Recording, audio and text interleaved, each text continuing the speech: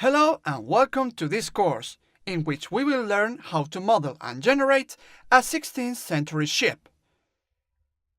We'll model it in a cartoon style, but with all the things you'll learn throughout the course, you'll be able to adjust the style to make it more cartoonish or more realistic.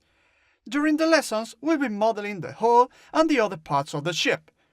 After that, we'll create the details, like the portholes and the sails, and we'll apply some color.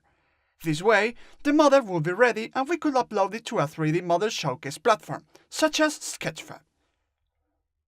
We'll see some basic modeling tools and resources, like symmetry or geometry deformers.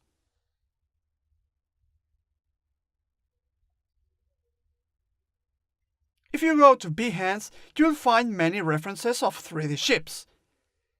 In Sketchfab, you can also find some inspiration from similar works done by other artists. I suggest that you think of a scene in which you can include the ship after creating it. At the end of the course, we'll try to do that. You can think of a pirate cove, a Mediterranean bay, an exotic place, or you can even turn the ship into an underwater shipwreck.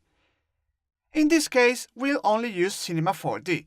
So open it and go to the next lesson to start modeling.